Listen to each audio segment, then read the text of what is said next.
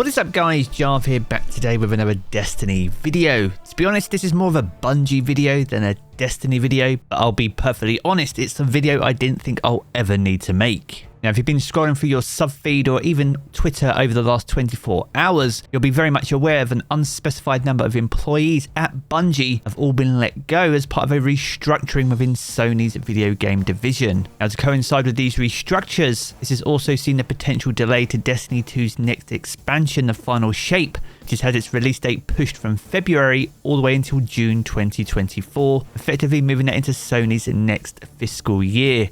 In addition to that though, Bungie's next game, Marathon, has been postponed to at least 2025. Now firstly, my heart goes out to every single Bungie employee affected by these restructures. As someone that's been made redundant personally 3 times in my life and is a big part of why I'm even sat here making this video, I truly hope you all manage to land on your feet and wish you all the best in any of your future endeavours. Now, I'm sure you'll all agree redundancies and layoffs absolutely suck, and whilst we've had no official word for the amount of employees affected or even the official delay to The Final Shape as of the making of this video, this is clearly affecting so many departments, including the community team, social, marketing, publishing, art, quality assurance, the support team, legal, HR, and even production. And if you think that's extensive, they've even let go Michael Salvatori. He was one of the super talents at Bungie, an absolutely key composer to some of the iconic music from some of Bungie's best games, including the original Halo 3 soundtrack,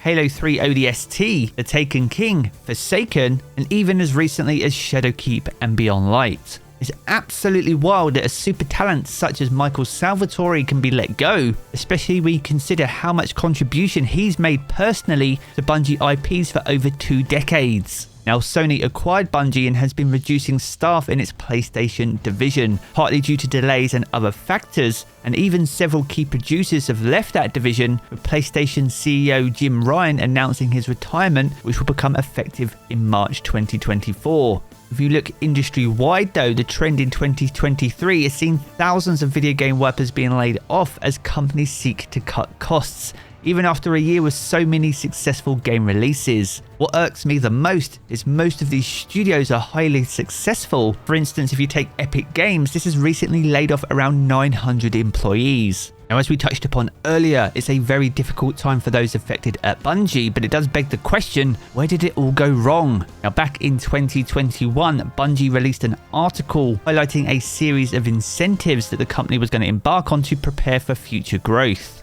This included an expansion of their main headquarters, increasing its size from 84,000 square feet to over 208,000 square feet. The expansion is aimed to support the development of Destiny 2, create new content for the Destiny universe, and work on their new undisclosed IPs, which since then we found out one of those is called Marathon. Now, the redesigned office emphasizes collaborations by breaking it up into neighborhoods and has been designed to facilitate hybrid workforces, including remote workers and those directly on site. On top of that massive expansion, they were also looking to open an international office based in Amsterdam. Now, this was due to open in 2022 and was aimed to support the growth of Bungie's publishing and marketing divisions, as well as foster a global player community. Now, upon the launch of Lightfall though, this was co-marketed by Sony themselves, and since this announcement, very little is known about their Amsterdam office. Is this even still a thing, or was that silently scrapped shortly after Sony acquired Bungie? And this acquisition took place on July 15th, 2022, little over a year after Bungie's article,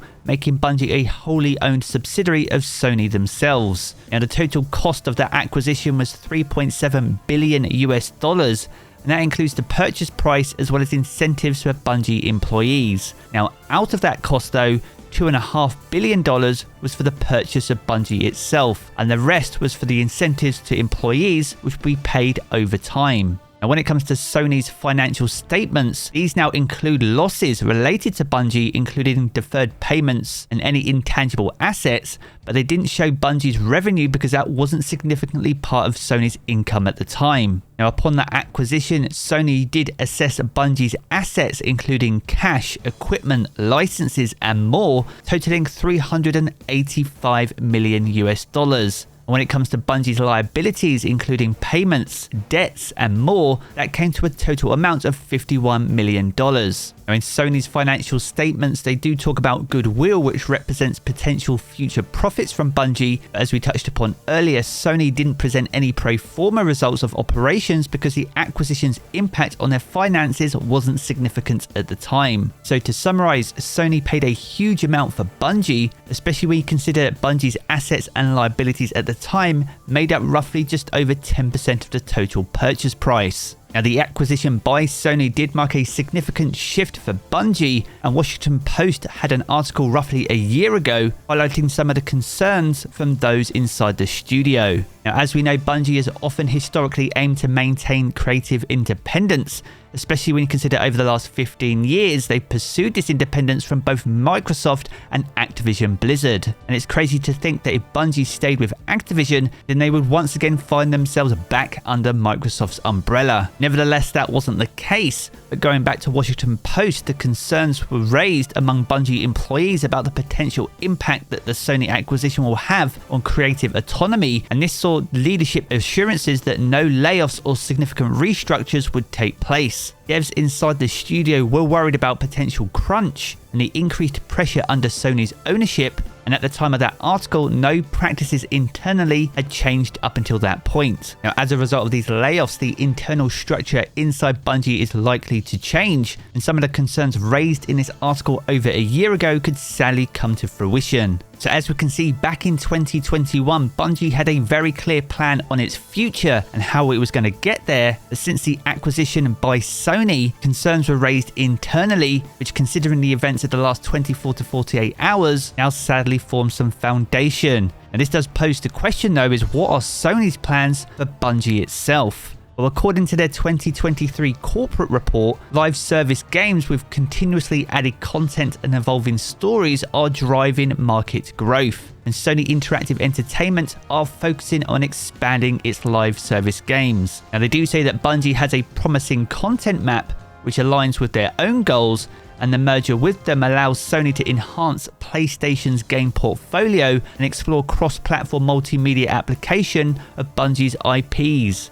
Now, Bungie has already started sharing its expertise with Sony Studios' development team, and the release of the Lightfall expansion in March 2023, which was jointly marketed by Bungie and Sony, as we touched upon earlier, was considered highly successful. And as we all know, Bungie are now working on its next game alongside Destiny, which is called Marathon. Now, according to their report, Sony respects the autonomy of companies it acquires, and Bungie continues its multi-platform operations independently, and Sony believes it is enabling Bungie's creators to express their creativity for a broad user audience. Now, moving forward, Sony plans to invest significantly in reinforcing its live service game operations, and aiming for this particular segment to make up over 60% of the total PlayStation Studios investment going into 2025. So if you ever thought live service games were truly coming to an end, Sony clearly don't think that's the case and will be doubling down over the next year or two.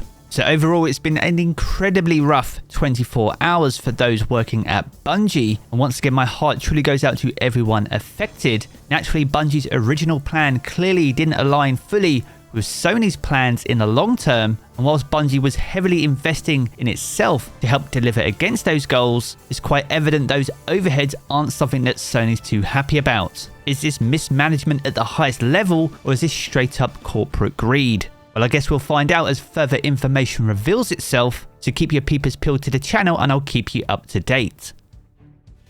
So there we have it, guys, a good look on everything that's currently going on at Bungie, its Sony acquisition, and the misalignment of their goals and future plans. If you've enjoyed this video, be sure to check out one of the two videos you see here in these cards for more Destiny 2 content. And if you want to keep up to date with everything to do with Destiny 2, then be sure to hit subscribe as well. I'm going to be to the game as always, guys, and I will catch you all again very soon.